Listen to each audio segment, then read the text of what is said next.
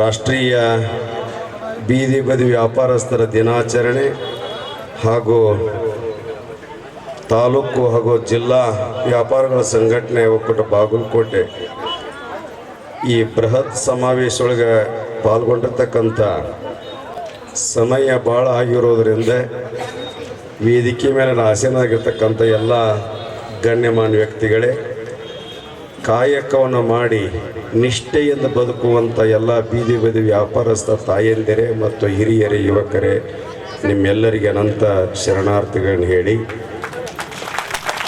ಮನುಷ್ಯನಾದಂಥವನು ತಾನು ಜೀವನದೊಳಗೆ ಏನಾದರೂ ಕೂಡ ಸಂಪಾದನೆ ಮಾಡಬೇಕಂತ ಹೇಳಿ ಮನೆ ಒಳಗೆ ಅದ್ಭುತವಾಗಿರ್ತಕ್ಕಂಥ ವ್ಯವಸ್ಥೆಯನ್ನು ಮಾಡಿಕೊಂಡು ಅದು ಬಂದಿರತಕ್ಕಂಥ ದುಡ್ಡಿನೊಳಗೆ ಜೀವನವನ್ನು ಕಳೆಯುವಂಥ ಒಂದು ಭಾಗ ಅಂತಂದರೆ, ಮತ್ತೆ ಅದರೊಳಗನೆ ಮತ್ತೆ AC ಹಚ್ಚಿಕೊಂಡು ಫ್ಯಾನ್ ಹಚ್ಚಿಕೊಂಡು ಮತ್ತೊಂದು ಅಂಗಡಿ ಒಳಗೆ ವ್ಯಾಪಾರ ಮಾಡುವಂಥ ವ್ಯವಸ್ಥೆ ನೋಡ್ತೀವಿ. ಆದರೆ ಬಿಸಿಲು ಅನ್ಲಾರ, ಮಳೆ ಅನ್ಲಾರ, ಚಳಿ ಅನ್ಲಾರ, ಅಲ್ಲಿ ಧೂಳೈತೋ ಸ್ವಚ್ಛ ಐತೋ ಏನೂ ಕೂಡ ಲೆಕ್ಕಿಸದೆ ನೋಡದೆ ಇವತ್ತು ದುಡಿದ್ರೆ ಒಂದು 10 ರೂಪಾಯಿ ಉಳಿದೀತ ಏನೋ, ನಮ್ಮ ಹೊಟ್ಟೆ ನಡೆದೀತ ಏನೋ. ಯಾಕಂದರೆ ಒಬ್ಬ ವ್ಯಾಪಾರಸ್ಥ ಬಂದು ಒಂದು 10 ರೂಪಾಯಿಗೆ ವಿಚಾರ ಮಾಡಿ ಜಾಸ್ತಿಯಾಗಿ ತಡಿ ಅಂತ ಹೇಳಿ ಇನ್ನೊಂದು ಕಡೆ ಹೋಗುವಂಥ ವ್ಯವಸ್ಥೆ ನೋಡಿಕೊಂಡಾಗ ಒಂದು 10 ರೂಪಾಯಿಗಾದರೂ ಕೂಡ ದುಡಿದು ಅತ್ಯಂತ. ಹಲೋ, ದಯವಿಟ್ಟು ಅದೇನು ಅನ್ಸಾತ ಬಂದ್ ಮಾಡ್ದಲ್ಲಿ ಸ್ವಾಮೀಜಿಗಳ ಮಾತನ್ನ ಆಲಿಸ್ಬೇಕು. ದಯವಿಟ್ಟು ಎಲ್ಲರೂ ಶಾಂತತೆಯಿಂದ. ಸ್ವಾಮೀಜಿಗಳ ತಮ್ಮ ಅನೇಕ ಕೆಲಸ ಕಾರ್ಯಗಳ ಒತ್ತಡದ ಮಧ್ಯೆ ನಮ್ಮ ಒಂದು ಕಾರ್ಯಕ್ರಮಕ್ಕೆ ಆಗಮಿಸಿದ್ದಾರೆ. ದಯವಿಟ್ಟು ತಮ್ಮಲ್ಲಿ ವಿನಂತಿ ಮಾಡ್ಕೊಳ್ತಾ ಇದ್ದೀನಿ, ಶಾಂತತೆಯನ್ನು ಕಾಪಾಡ್ಕೊಳ್ಬೇಕು.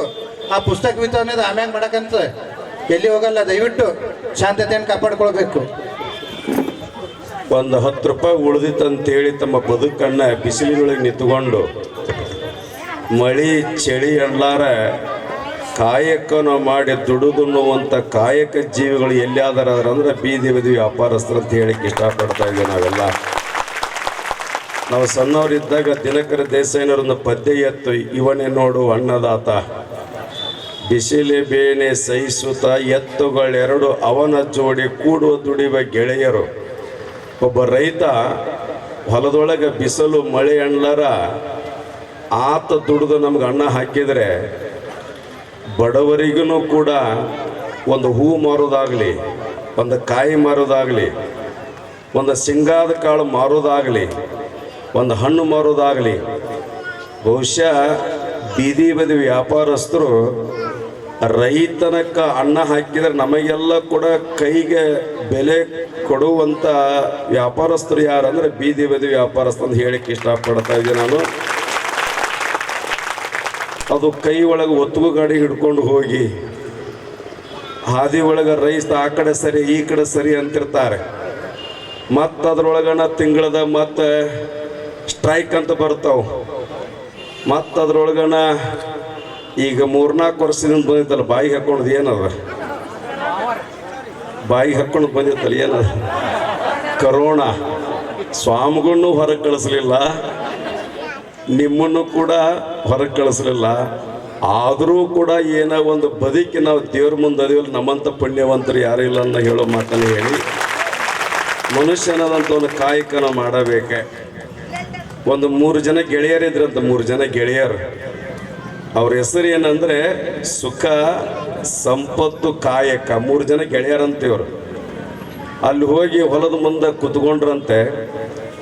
ಅಲ್ಲೊಬ್ಬವ ರೈತ ಹುಡುಗ ಅವ್ರ ಮುಂದೆ ಹಾದವು ತನ್ನ ಹೊಲಕ್ಕೆ ಹೋಗಿದ್ನಂತ. 1 ದಿನ ನೋಡಿದ, 2 ದಿನ ನೋಡಿದ, 3 ದಿನ ನೋಡಿದ. ಇವ್ರು ಇಲ್ಲೇ ಕುಂತಾರಲ್ಲ, ಇವ್ರಿಗೆ ಊಟ ನೀರು ಎಲ್ಲಿದು ವ್ಯವಸ್ಥೆ ಅಂತ ವಿಚಾರ ಅವ್ರವನ್ನ ಕೇಳಿದಂತ. ಅಲ್ಲಿ 3 ಜನ ಕುಂತಾರಮ್ಮ ಹೊಲದ ಹತ್ರ. ಅವ್ರ ಮನೆಗೆ ಕರೆಸಿ ಊಟ ಮಾಡಲಿ ಅಂತ ಕೇಳಿದ್ನಂತ. ಅವಾಗ ಅವ್ರು ಅಂದಂತೆ 3 ಜನ ಕರೆಸಿ ಉಣಿಸುವಂಥ ದೇವ್ರ ಶಕ್ತಿ ನಮಗೆ ಕೊಟ್ಟಿಲ್ಲ, ಆದ್ರೆ ಒಬ್ಬನಾದರೂ ಕೂಡ ಕರಿ ಅಂತ ಹೇಳಿ ಅವರು ಒಂದಾಗ ಯಾವಾಗ 3 ಜನ ಗೆಳೆಯರಿದ್ರು ಇಲ್ಲಿರು ಸುಖ ಸಂಪತ್ತು ಮತ್ತು ಕಾಯಿಕ. ಆ ಸುಖದವನು ಹೋಗಿ ಕೇಳಿದ್ರಂತೆ, ನೀವು ಒಬ್ಬನಾದರೂ ಕೂಡ ಬಾಪ ನಮ್ಮ ಮನೆಗೆ ಅಂದಾಗ ಅವ ಸುಖದವ್ ಹೇಳಿದಂತೆ, ನಾವು 3 ಜನ ಬಿಟ್ಟು ಬರಂಗಿಲ್ಲ, ನಾವು ಬಂದ್ರೆ 3 ಜನ ಬರೋರು, ಇಲ್ಲಿಕಂದ್ರೆ ಬರಂಗಿಲ್ಲ ಅಂತ ಅವ ಹೇಳಿದಂತೆ. ಅವ್ರ 3 ಹೆಸರು ಏನಂತ ಕೇಳಿದಂತ ಅವ್ರವ್ವ. 1ನೇದ್ದು ಸುಖ, 2ನೇದ್ದು ಸಂಪತ್ತು, 3ನೇದ್ದು ಕಾಯಕ. ಹಂಗಾದ್ರೆ ಒಂದು ಕೆಲಸ ಮಾಡಿ, ನೀನು 1ನೇದವನು ಬಿಡು, 2ನೇದವನು ಬಿಡು, 3ನೇದ ಏನದ ಕಾಯಕ ಅಂತ ಅವ್ನು ಕರ್ಕೊಂಬ ಅಂತ ಅವ್ರವ್ವ ಹೇಳಿಲ್ಲ ಅಂತ. ಯಾವಾಗ ಕಾಯಕ ನಾವು ಮಾಡಕತ್ತೀವಿ ಅಂದ್ರೆ ಹಿಂದೆ ಸಂಪತ್ತು ತಾನೇ ಬರುತ್ತೆ.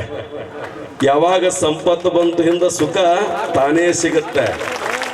ನಮ್ಮ ತಾಯಿಗಳು ಕೂಡ ತಮ್ಮ ಮಕ್ಕಳಿಗೋಸ್ಕರ, ನನ್ನ ಮಕ್ಕಳು ನೌಕರಿ ಆಗಲಿ, ನನ್ನ ಮಕ್ಕಳು ಸುಖವಾಗಿರಲಿ ಅಂತ ತಿಳ್ಕೊಂಡು ಅಣ್ಣಂದಿರಾಗಲಿ ತಾಯಿಯಂದ್ರೂ ಕೂಡ ಆ ಬಿಸಿಲು ಏನಿದ್ರು ಕೂಡ ಸಹಿಸ್ಕೊಂಡು ನೀವು ಕಾಯಕ ಮಾಡ್ತಿರಲ್ಲ, ನಿಜಕ್ಕೂ ಕೂಡ ಇದು 12ನೇ ಶತಮಾನದ ಬಸವಣ್ಣನ ಕಾಯಕದ ಪರಿಕಲ್ಪನೆ ಕೊಟ್ಟವರು ನೀವೇ ಅನ್ನೋ ಮಾತನ್ನು ಈ ಪ್ರಸಂಗದೊಳಗೆ ವ್ಯಕ್ತಪಡಿಸಿ ಭಾಳ ಸುಂದರವಾಗಿ ಸರ್ಕಾರದ ಸವಲತ್ತುಗಳನ್ನೇ ಮೊನ್ನೆ ತಾನೇ ಶಿವಾಧೀನರಾಗಿರ್ತಕ್ಕಂಥ ಮನಮೋಹನ್ ಸಿಂಗ್ರವರು ಈ ಸಣ್ಣ ಸಣ್ಣ ವ್ಯಾಪಾರಸ್ಥರಿಗೆ ಅನುಕೂಲ ಮಾಡಿ ಸರ್ಕಾರದ ಕ್ರಿಯಾ ಯೋಜನೆಯೊಳಗೆ ನೋಡಿ 1,50,000, 20,000, 10,000 1-2 ಯೋಜನೆಗಳನ್ನು ಕೂಡ ಬಾಳಿದ್ದಾಗ ಆ ಸಂಘಕ್ಕೆ ನಾವು ಸದಸ್ಯರಾಗಬೇಕಲ್ಲ. ಸಂಘಕ್ಕೆ ಸದಸ್ಯರಿಗೆ ಸರ್ಕಾರದ ಸವಲತ್ತುಗಳನ್ನು ತೆಗೆದುಕೊಳ್ಬೇಕು. ನಾವೆಲ್ಲ ತೆಗೆದುಕೊಂಡು ನಾವು ಕೂಡ ಬೆಳಿಬೇಕಾಗ್ತದೆ. ಆ ಹಿನ್ನೆಲೆ ಇಟ್ಟುಕೊಂಡು ರಾಜ್ಯಾಧ್ಯಕ್ಷರಾಗಿರ್ತಕ್ಕಂಥ ಸಿ ರಂಗನಾಥ ಸ್ವಾಮಿ, ಜಿಲ್ಲಾಧ್ಯಕ್ಷರಾಗಿರ್ತಕ್ಕಂಥ ಮನೋಹರ್ ಕಲಾಲ್, ತಾಲೂಕು ಅಧ್ಯಕ್ಷರ ಆಂಜನೇಯ ಕಾಗಿ ಇವರೆಲ್ಲರೂ ಸೇರಿಕೊಂಡು ಇದು ಸಂಘಟನೆ ಮಾಡಿ ನೀವು ಎಷ್ಟು ಜನ ವ್ಯಾಪಾರ ಮಾಡ್ತದಕ್ಕ ಸಂಘದ ಸದಸ್ಯರಾಗಿ ಸರ್ಕಾರದ ಅನುದಾನ ತೆಗೆದುಕೊಂಡು ನೀವೆಲ್ಲ ಕೂಡ ಒಗ್ಗಟ್ಟಿದ್ರಪ್ಪ ಅಂದ್ರೆ ಜಗತ್ತ ಬಗ್ಗತ್ತಂತೆ. ನಾವೆಲ್ಲ ಒಂದು ಕಟ್ಟಿಗೆ ಇತ್ತಂದ್ರೆ ಒಬ್ಬ ಮನುಷ್ಯ ಮುರಿಬೋದು. ಸುಮಾರು ಒಂದು 8-10 ಕಟ್ಟಿಗೆ ಕೂಡಿದ್ದು ಅಂದ್ರೆ ಯಾರಿಗೂ ಮುರಿಯೋಕ್ಕಾಗೋದಿಲ್ಲ. ಒಗ್ಗಟ್ಟಿನೊಳಗೆ ಎಷ್ಟು ಬಲ ಇರ್ತದಂದ್ರೆ, ಒಬ್ಬ ರೈತ ಗಳೆ ಹೊಡ್ಯಕ್ಕೆ ಹೋದಂತ ಹೊಲಕ್ಕೆ, ಆ ಹೊಲದೊಳಗೆ ಒಂದು ಬನ್ನಿ ಗಿಡ ಐತಂತ, ಬನ್ನಿ ಗಿಡ. ಆ ಬನ್ನಿ ಗಿಡದ ಬುಡಕಣ ಒಂದು ನಂದಿ ಬಸವಣ್ಣ ಚಿತ್ರ ಇತ್ತಂತೆ. ಎಲ್ಲರೂ ಬರೋರು, ದೇವ್ರು ನಂದಿ ಚಿತ್ರ ಐತೆ ನಮಸ್ಕಾರ ಮಾಡುವರು, ಬನ್ನಿ ಗಿಡ ಐತಂದ್ರೆ ದೇವಿ ಗಿಡ ಅಂತೇಳಿ ನಮಸ್ಕಾರ ಮಾಡಿ ಎಲ್ಲರೂ ಹೊಂಟಿದ್ರಂತೆ. ಯಾವಾಗ ಎಲ್ಲರೂ ನಮಸ್ಕಾರ ಮಾಡಕತ್ರು, ಇಬ್ರಿಗೂ 2 ಕೊಂಬು ಬಂದು ಅಂತವ್ರಿಗೆ. ಅದಕ್ಕೆ ಆ ಬಸವಣ್ಣಗ ಆ ಬನ್ನಿ ಗಿಡಕ್ಕೆ ನನಗ ನಮಸ್ಕಾರ ಮಾಡ್ತಾರೆ, ನನಗ ನಮಸ್ಕಾರ ಮಾಡಿ ಇಬ್ರು ಜಗಾಡಕತ್ರಂತ ಅವರು. ಬನ್ನಿ ಗಿಡ ಮತ್ತು ನಂದಿ ಯಾವಾಗ ಜಗಳ ಮಾಡಕತ್ರು, ಈ ನಂದಿ ಇದ್ನಲ್ಲ, ನಂದಿ ಶಿಟ್ಟಿಗೆ ಅದು ದಪ್ಪ ಅಂತ ಹೊರಗೆ ಬಿದ್ದಂತ. ಯಾವಾಗ ಬಿದ್ದ ನಂದಿ ಬಸವನ ಬಿದ್ದ, ರೈತ ಗಳೆ ಹೊಡ್ಯಕ್ಕೆ ಬಂದ ಟೈಮ್ ನಮಸ್ಕಾರ ಮಾಡಕ್ಕೆ ಹೋಗ್ತಾನೆ. ನಂದಿ ಚಿತ್ರನೇ ಇದ್ದಿದ್ದಿಲ್ಲ ಅಲ್ಲೇ. ಬಹುಶಃ ನಂದಿ ಚಿತ್ರ ಇಲ್ಲ ಅಂದ ಬಳಕಿದೆ, ದೇವ್ರ ಏನು ಕಟ್ಟೆಲ್ಲ ಅಂತ ಗಳೆ ಹೊಡ್ಯಕ್ಕೆ ಹೋದಾಗ ಆಗಲ್ಲ, ಇದು ಕೆಳಗೆ ಬುಡಾಗಿ ಬಿದ್ದಿತ್ತಲ್ಲ, ಇದು ಅದನ್ನು ತಗೊಂಡು ಆ ಕುಂಟಿ ಮೇಲಿಟ್ಟು ಗಳೆ ಹೊಡ್ಯಕತ್ನಂತ. ಯಾವಾಗ ಗಳೆ ಹೊಡ್ಯಕತ್ತ ಬನ್ನಿ ಗಿಡ ನಗಕತ್ತಂತದು. ನೋಡು, ನಾನು ಬಿಟ್ಟು ಹೊಂಟಿ, ನೀನು ಹಣೆ ಬಾರಿ ಏನಾಗೈತೆ ನೋಡು, ನಾನು ಬಿಟ್ಟು ಹೊಂಟಿ ಏನು ಹಣೆ ಬಾರ ಏನಾಗೈತೆ ನೋಡು ಅಂತೇಳಿ ಅಂದಾಗ ಅದು ನಂದಿ ಹೇಳ್ತಂತೆ, ನಾನು ಹಣೆ ಬಾರಪ್ಪ ಬಿಟ್ಟು ಬಂದೀನಿ, ನನ್ನ ಹಣೆ ಬಾರ ಇದ ಅಂತೇಳಿ. ಯಾವಾಗ ಗಳೆ ಹೊಡೆದು ಮುಗಿದ ಮೇಲೆ ಆ ಕಲ್ಲು ಆ ಕಡೆ ಒಗಿತಾನತ್ತೆ. ಆಮೇಲೆ ಒಂದು 4-5 ದಿನ ಆದ ಬಳಿಕ ಕುರುಗಾರ ನಮಸ್ಕಾರ ಮಾಡಕ್ಕೆ ಬರ್ತಾರಲ್ಲಿ. ಯಾವಾಗ ನಂದಿ ಚಿತ್ರ ಇಲ್ಲ ಅಂದ ಬಳಿಕ ದೇವ್ರ ಕಟ್ಟೆಲ್ಲ ಅಂತೇಳಿ ಭಾಳ ಬನ್ನಿಗಿಡ ಚೆನ್ನಾಗಿ ಬೆಳೆದಿತ್ತಲ್ಲ, ಹಚ್ಚ ಹಸರಾಗಿ. ಚಾಪಗೋಲ್ ಇತ್ತಲ್ಲ ಕುರುಬರ ಕೈಯಾಗ, ಕುರಿ ಕಾಯ್ಕ ಮಾಡುವಂಥ ಹುಡುಗನ ಕೈಯಾಗ ಚಾಪಗೋಲ್ ಇತ್ತಲ್ಲ. ಓಹೋ, ಇದು ದೇವ್ರ ಕಟ್ಟಿ ಅಲ್ಲ ಅಂದ ಬಳಿಕ ಈ ಬನ್ನಿಗಿಡ ತಪ್ಪಲವನ್ನು ನಮ್ಮ ಕುರಿ ಮೇಯ್ಸಕ್ಕಾಗತ್ತಂತೇಳಿ ಚಾಪಗಲ್ ತಗೊಂಡು ಕಟ್ ಕಡಿಯಕತ್ತ. ಇದು ಕುಣಿದಾಡಕತ್ತದ ನಂದಿ. ನನಗೆ ಅಗಳ ಬಿದ್ದಿದ್ದೆಲ್ಲೋ, ನನಗೆ ಬಿದ್ದಿದ್ದೆಲ್ಲ, ನಿನ್ನ ಹಣೆ ಬಾರಿ ಏನಾತ್ ನೋಡು ಅಂತ ನಂದಿ ಅನ್ನಕತ್ತಂತ. ಅವಾಗ ಇಬ್ಬರು ಕೂಡ ಮೀಟಿಂಗ್ ಮಾಡಿದ್ರಂತ. ನಾವಿಬ್ಬರು ಸರಿದೇವಪ್ಪ ಅಂತಂದ್ರೆ ಎಲ್ಲರೂ ನಮ್ಮ ತಲೆ ಮೇಲೆ ಕಾಲಿಡೋರು ಜಾಸ್ತಿ ಆಗ್ತಾರೆ, ನಾವಿಬ್ಬರು ಕೂಡಿಬಿಟ್ಟವಪ್ಪ ಅಂತಂದ್ರೆ ಜಗತ್ತನ್ನ ಬಗ್ಗಿಸುವಂಥ ಶಕ್ತಿ ಅಂತ ಮಾತನಾಡಿದ ಹಾಗೆ ನಿಮ್ಮಲ್ಲಿ ವಿನಂತಿ ಮಾಡ್ಕೊಳ್ಳೋದು ಏನಂದ್ರೆ, ಇಬ್ರು ಹೆಂಗೆ ಕೂಡಿದಾಗ ದೇವ್ರು ಹೆಂಗೆ ಬಂದು ಬಗ್ತಾನೆ ನಮಸ್ಕಾರ ಮಾಡ್ತಾನೆ ಜನಗಳು, ಹಾಗೆ ಬೀದಿ ಬದಿ ವ್ಯಾಪಾರಸ್ಥರು ಒಂದಾಗಿ ಚೆಂದಾಗಿ ಒಗ್ಗಟ್ಟಾಗಿ ನಿಂತು ಬಿಟ್ರಪ್ಪ ಅಂತಂದ್ರೆ ಎಲ್ಲ ಸರ್ಕಾರ ಕೂಡ ನಿಮ್ಮ ಮನೆ ಮುಂದೆ ಬಂದು ನಿಂದಿರುತ್ತವೆ ಅನ್ನೋ ಮಾತನ್ನು ಈ ಪ್ರಸಂಗದೊಳಗೆ ಹೇಳಿ ಅಂತ ಕೇಂದ್ರ ಸರ್ಕಾರ ರಾಜ್ಯ ಸರ್ಕಾರ ಎಲ್ಲ ಕೂಡ ಹೆಲ್ಪ್ ಮಾಡುವಂಥ ವ್ಯವಸ್ಥೆ ಕೂಡ ಎಲ್ಲ ಬ್ಯಾಂಕ್ನಲ್ಲಿ ಕೂಡ ಇದೆ. ಪ್ರಾಮಾಣಿಕವಾಗಿ ದುಡಿಯೋಣ, ಅದು ಬಂದದ್ದನ್ನು ತುಂಬಿ ನಮ್ಮ ಮನೆ ಸಂಸಾರವನ್ನು ನಿಭಾಯಿಸೋಣ ಅನ್ನೋ ಮಾತನ್ನು ಹೇಳಿ, ಇತಿಹಾಸನ ಓದ್ರಿ, ನೀವೆಲ್ಲ ಇತಿಹಾಸವನ್ನು ಓದಿದರೆ ಸಣ್ಣ ಸಣ್ಣ ಕಾಯಕ ಮಾಡ್ತಾ ದೊಡ್ಡವರಾಗ್ಯಾರ ಅವರು. ಒಬ್ಬ ಚಾ ಮಾರುವಂಥವ, ಒಬ್ಬ ಪೇಪರ್ ಮಾರುವಂಥವ, ಒಬ್ಬ ಪೆಟ್ರೋಲಿನೊಳಗೆ ಏನೋ ಇನ್ನೊಬ್ಬರ ಹತ್ರ ಹೋಗಿ ಪೆಟ್ರೋಲನ್ನು ಬಿಟ್ಟು ಹೊಟ್ಟೆ ತುಂಬಿಸೋನುವಂಥ ದೊಡ್ಡ ದೊಡ್ಡ ಉದ್ಯಮದಾರ ಅಂತ ಏನು ಕರ್ಕೊಂಬಂದಿವಲ್ಲ ನಾವು, ಮೊದಲವರೆಲ್ಲರೂ ಸಣ್ಣ ಸಣ್ಣ ಕೆಲಸ ಮಾಡಿ ಆಮೇಲೆ ದೊಡ್ಡವರಾಗ್ಯಾರ. ಇತಿಹಾಸನ ಓದಿದ್ರು ಕೂಡ ಅದು ಕಾಯಕಂತ ಭಾವಿಸೋಣ, ನಮ್ಮ ಕಾಯಕದೊಳಗೆ ಆನಂದ ಮಾಡೋಣ. ಯಾಕಂದ್ರೆ ಒಮ್ಮೆ ವ್ಯಾಪಾರ ಹಂಗೂ ಆಗತ್ತಾ, ಒಮ್ಮೆ ವ್ಯಾಪಾರ ಹಿಂಗೂ ಆಗತ್ತ. ಆದಾಗ ಅತಿ ಖುಷಿ ಪಡಂಗಿಲ್ಲ, ಇಲ್ಲ ಅಂತಂದಾಗ ನೋವು ಮಾಡ್ಕೊಂಡು ನಮ್ಮ ಕಾಯಕ ಐತಿ, ದೇವ್ರು ಕೊಟ್ಟಾಗ ನಾವು ಸುಖವಾಗಿರೋಣ ಅಂತ ಮನೋಭಾವನೆ ಇಟ್ಟುಕೊಂಡು ಆ ಕಾಯಕಲ್ಲಿ ನಿರತರಾಗೋಣ ಅನ್ನೋ ಮಾತನ್ನು ಹೇಳಿ, ನಮ್ಮ ಜಿಲ್ಲಾ ಅಧ್ಯಕ್ಷರು ಆಮೇಲೆ ರಾಜ್ಯ ಅಧ್ಯಕ್ಷರು ತಾಲೂಕು ಅಧ್ಯಕ್ಷರ ಜೊತೆಗೆ ನೀವೆಲ್ಲ ಸಂಪರ್ಕ ಹೊಂದಿ ಸರ್ಕಾರದ ಸವಲತ್ತುಗಳನ್ನ ತೆಗೆದುಕೊಳ್ಬೇಕು ಅನ್ನೋ ಮಾತನ್ನು ಹೇಳಿ, ಭಾಳ ಮಣ್ಣಿನೂ ಕೂಡ ಇಲ್ಕಲ್ಲೊಳಗೆ ಆತು ಅದು ಫಂಕ್ಷನ್ 2-3 ದಿನ ಹಿಂದೆ. ಇಲ್ಲಿನೂ ಕೂಡ ಬಾಗಲಕೋಟೆ ಒಳಗೆ ನಡೆದಿದ್ದು ಭಾಳ ಖುಷಿ ಆಯಿತು.